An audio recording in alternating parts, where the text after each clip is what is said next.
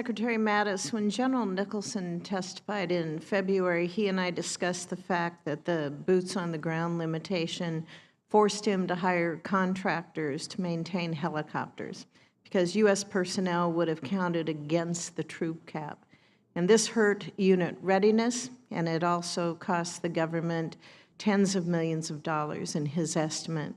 Under the new approach, are we fixing issues like this? Will we be adding U.S. personnel in a way that allows us to reduce our reliance on these contractors and also help us save money?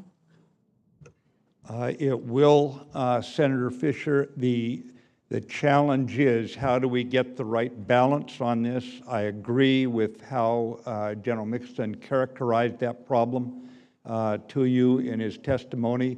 It is one of the reasons that I decided to add the reinforcements, although the bulk of them will go to advise and assist. Some are going to fill in those gaps where we actually we did not have a wise allocation of a unit's strength as we broke it apart to send it in for those troop cap reasons. So it's something we have to address, and I believe I have the ability to do so now. When you say you believe you have the ability? Well, I have to look at it, Senator, and make certain. We know we can solve a lot of it. We know that much. But I have to look at the tentacles of a policy decision that's been in place a long time. But I'm very much aligned with General Nicholson's, what General Nicholson said, I think was accurate, and your concern I share. Are we still looking at a boots-on-the-ground limitation in Afghanistan? Did the President raise the cap, or did he do away with it altogether? No, the President gave me more flexibility to deal with this issue, and he has shown himself open when I go in to talk with him to my recommendations. As you know, this was a rather hard-fought effort as the President challenged every assumption to address some of the concerns that have been brought up already this morning. So he is open to me going back in. But right now, I think I have what I need going in to carry out the strategy as it's outlined. If not, I'll go back in. Okay. Over the last few years, we've seen a decrease in our combat air operations in Afghanistan. From 2010 to 2015, we saw the total sorties conducted against enemy targets decreased by 84% in a span of only 5 years. During the previous administration, this was coupled with, I felt, very restrictive rules of engagement, and that focused on returning fire rather than allowing commanders to proactively attack those Taliban targets.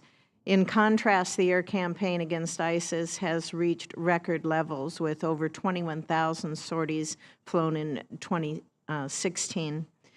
The use of American air power helped stem further inroads by ISIS, and I think it was used successfully in locations such as Sinjar and Ramadi.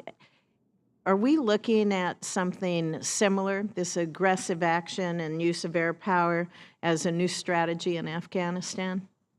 Sir, it's embedded in the revised strategy, absolutely. 2017, as you noted, we have had more airstrikes than any year since 2012.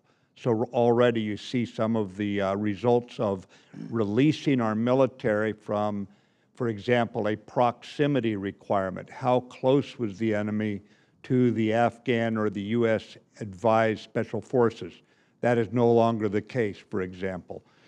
So these kind of restrictions that did not allow us to employ the air power fully have been removed, yes. Okay. That said, we will never fight at any time, especially in these wars among innocent people, without doing everything humanly possible to protect the innocent that the enemy purposely jeopardizes by fighting from in amongst them. That is something we will always take as a absolute in terms of how we conduct our tactical events on the battlefield.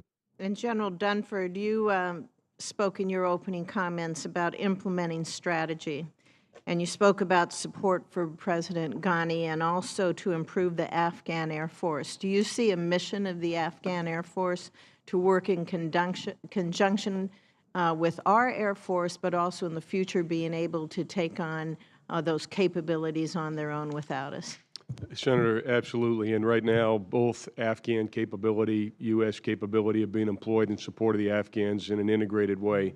Long term, and that's about 6 or 7 years from now, will completely have transformed the Afghan Air Force. A key piece of that is the transition from Mi-17 helicopters to UH-60 helicopters, which includes an attack variant.